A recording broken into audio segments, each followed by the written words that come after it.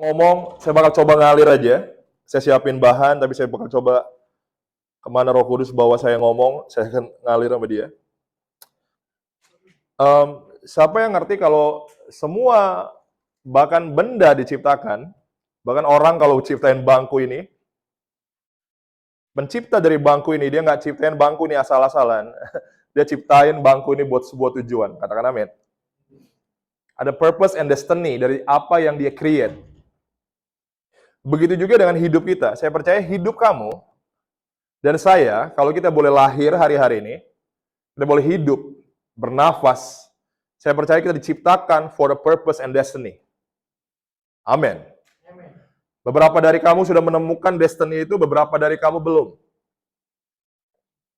Saya berdoa kita semua bisa menemukan alasan kenapa kita ada di muka bumi ini.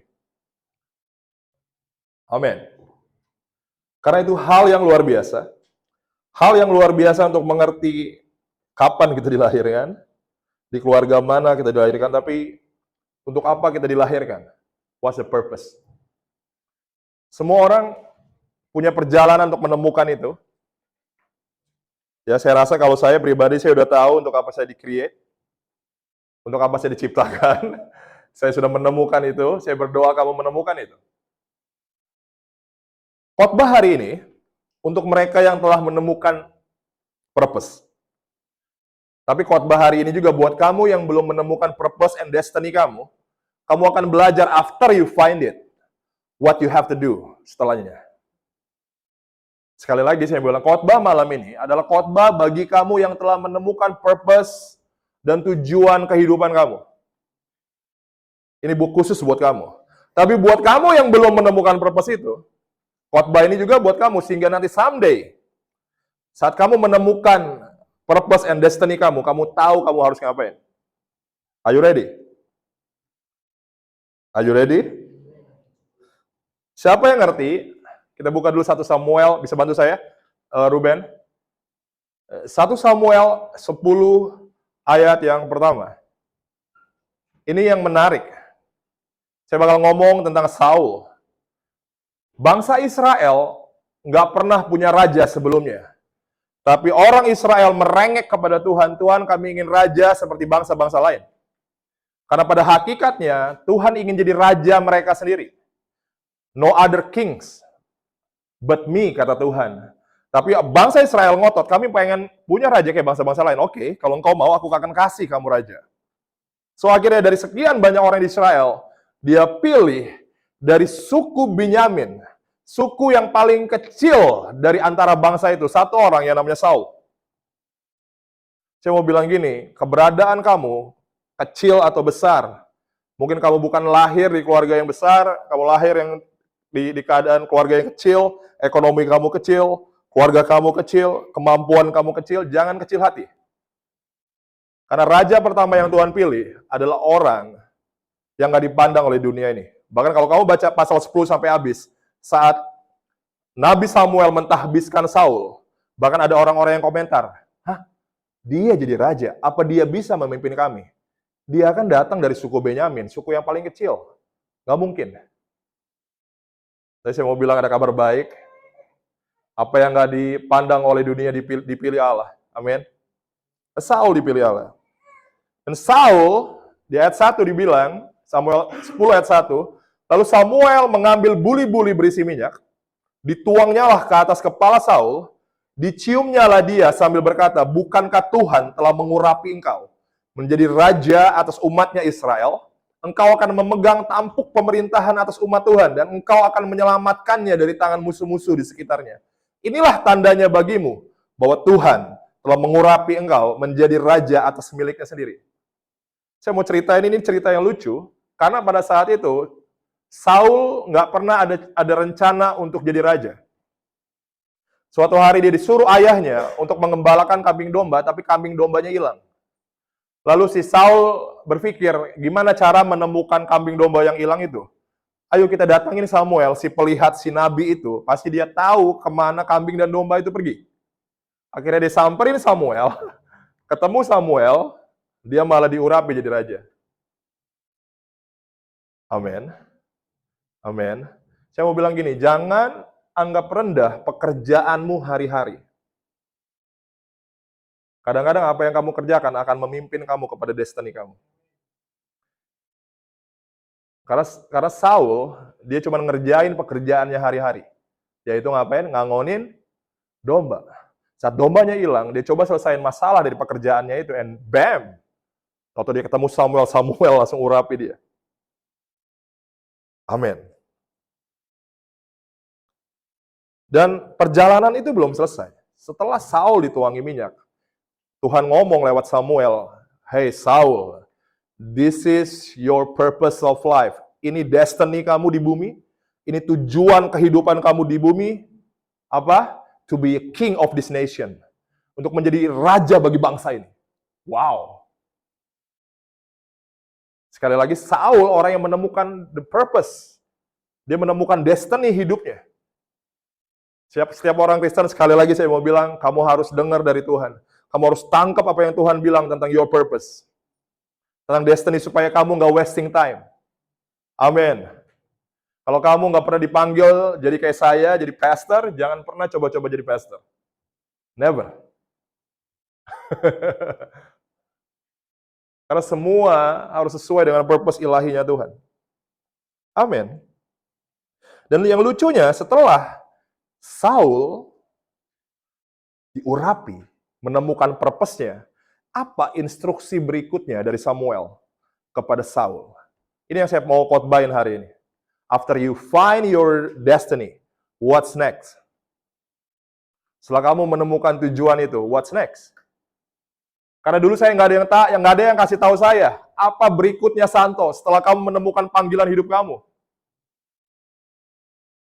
Saya menemukan panggilan hidup saya dari saya masih muda. Tapi nggak ada yang kasih tahu saya apa yang saya harus lakukan after I found my calling.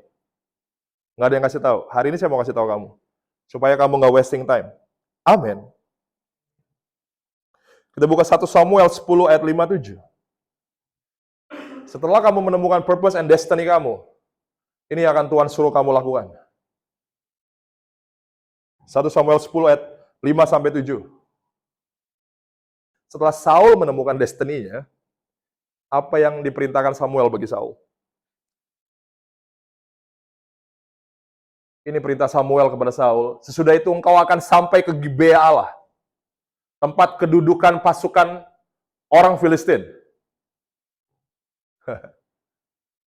Dan apabila engkau masuk kota, engkau akan berjumpa di sana dengan apa? Serombongan nabi yang turun dari bukit pengorbanan dengan gambus, rebana, suling, dan kecapi. Di depan mereka sendiri akan kepenuhan seperti nabi. Lalu, maka roh Tuhan akan berkuasa atasmu. Engkau akan kepenuhan bersama-sama dengan mereka dan berubah menjadi manusia lain. Next, apabila tanda-tanda ini terjadi kepadamu, lakukanlah apa saja yang didapat oleh tanganmu, sebab Allah menyertai engkau. Listen, setelah Saul menemukan tujuan hidupnya, yaitu jadi raja bangsa Israel, perjalanan journey-nya baru dimulai. Jangan senang dulu. Banyak anak muda, apalagi ada hamba Tuhan, doain dia di KKR. Tuhan bilang kepada saya, Tuhan pakai bagi bangsa-bangsa, Tuhan akan pakai kami for the next generation. Wah, lagi kamu didoain pendeta itu, wah, nangis-nangis. You get the calling, kamu dapetin panggilan itu, tapi kamu stop. Karena finding the call only the beginning. Menemukan panggilan itu hanya pintu masuknya aja. Ada instruksi berikutnya. Untuk mengerjakan panggilan Tuhan, kamu harus memiliki kemampuan untuk menyelesaikan panggilan itu. Amin. Untuk Saul bisa jadi raja, itu sebuah panggilan. Tapi untuk dia mampu menyelesaikan tugas yang Tuhan kasih bagi dia, itu hal lain. Makanya instruksi berikutnya, Saul harus menemukan serombongan nabi. Ini dia. Serombongan nabi yang bawa kecapi, apalagi tadi?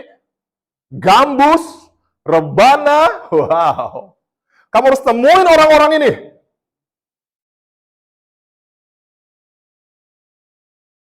Lagi kamu ketemuin orang-orang ini, mereka akan dipenuhi roh Tuhan, dan kamu akan dipenuhi roh yang sama yang memenuhi mereka.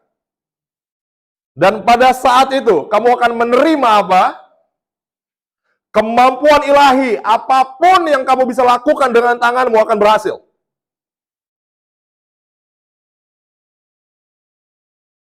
Nah, ini seru. Setelah panggilan itu, kamu dapatin, Tuhan akan bawa kamu berjumpa dengan orang-orang yang akan membobok, membangun kerohanian kamu. Untuk kamu mengenal the Holy Spirit. Yang akan bisa memberi kamu kemampuan untuk menyelesaikan panggilan yang Tuhan kasih bagi kamu. Sebelum kamu menemukan orang-orang itu, you will never fulfill your destiny.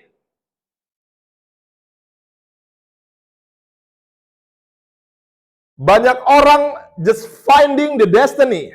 Banyak orang menemukan panggilan, tapi mereka nggak menemukan sekumpulan orang-orang yang bisa membawa mereka naik level up to the Holy Spirit. Orang-orang yang harus bawa mereka naik ke satu level dimensi kerohanian yang lebih tinggi dari sebelumnya.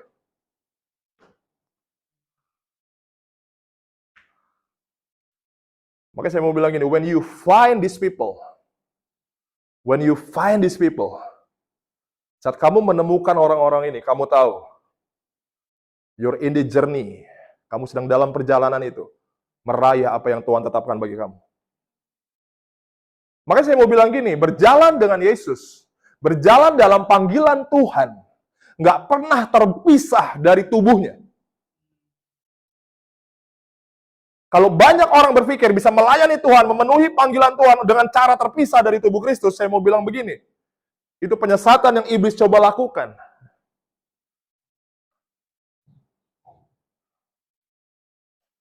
Kamu harus menemukan orang-orang ini, kamu harus menemukan serombongan nabi ini, orang-orang gila ini, orang-orang yang gila-gilaan kepada Roh Kudus, orang-orang yang hunger with the Holy Spirit. Coba kamu lihat apa yang nabi-nabi ini bawa. Apa yang nabi-nabi ini bawa? Apa? Ayat 5 tadi apa? Kecapi. Apa? Gambus, rebana. Kamu tahu nggak, bangsa Israel dulu, nasib satu bangsa ditentukan sama orang-orang ini loh. Kamu tahu nabi pada saat itu, sama perannya dengan orang-orang yang mengambil keputusan paling besar untuk bangsa itu. Ini bukan orang-orang nggak ada kerjaan. Ini orang-orang yang menentukan nasib bangsa Israel. The sons of prophet. Serombongan nabi. Ini orang-orang luar biasa. Dan orang-orang luar biasa ini cuma punya satu senjata. Kecapi, gambus, rebana,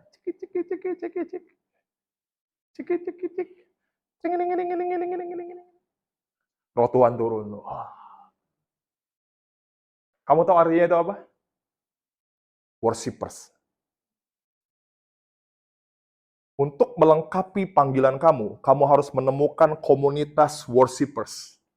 Orang-orang yang suka memuji dan menyembah Allah. Karena gini, banyak komunitas gereja hari-hari ini nggak suka memuji menyembah, mereka sukanya ngegosip. Komunitas-komunitas yang nggak gitu tertarik dengan hadirat Tuhan, ya komunitas rohani sih, tapi ngumpul main game, ngumpul lucu-lucuan. Saya mau bilang gini, komunitas kayak gitu nggak akan bawa kamu to your destiny.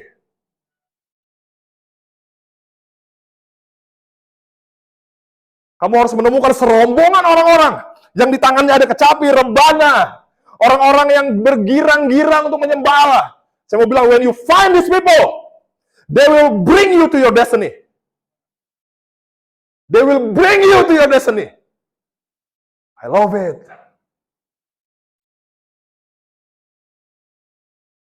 Banyak orang Kristen, tapi berapa banyak orang Kristen yang tangannya punya kecapi Allah? Saya nggak punya waktu untuk tunjukin ayat, tetapi Daud, lagi dia bawa pulang tabut perjanjian, kembali ke Yerusalem. Saya punya catatannya, tapi saya akan butuh waktu untuk cari itu. Tapi saya mau bilang gini, Daud mengitari orang, he surrounds his life. Dia mengelilingi hidupnya. Dia bangun satu pondok yang namanya Pondok Daud, kemah Daud, dan dia memilih orang-orang untuk bernyanyi, bermain musik di kemah itu tiap hari, 24 hours. 24 jam dalam seminggu. Nyanyi terus, worship terus. Dan kamu tahu orang-orang yang dipilih siapa? Nabi-nabi yang main kecapi. Dipilih Daud untuk ada di hidupnya setiap hari. Setiap hari. Selama 40 tahun pemerintahan bangsa Israel, di masa Daud jadi raja, Israel nggak pernah kalah. Israel jadi kerajaan paling megah dan paling kaya saat itu. Kenapa? Karena dia surround his life dengan orang-orang yang worship. Yang orang-orang yang suka nyembah.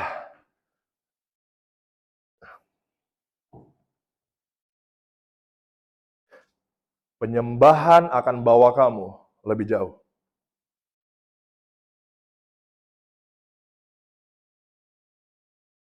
Amin.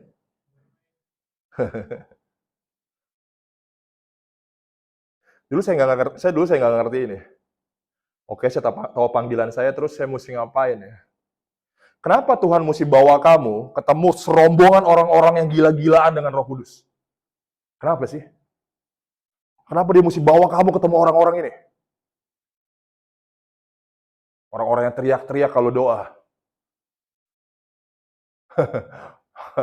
Orang yang jingkrak lagi panggil Roh Kudus, Holy Spirit come. Kenapa Tuhan harus temukan kamu sama orang-orang ini? Karena sebelum kamu ada di posisi atas, Tuhan harus berurusan dengan kerohanian kamu lebih dulu. Kita akan temukan kenapa. Dia harus bangun altar di dalam hidup kamu. Dia harus bangun itu dulu. Dia harus bangun mesbah itu. Sebelum kamu ada di atas. Banyak orang mau di atas, tapi nggak mau dibentuk. Dan itu nggak akan pernah terjadi. Amin.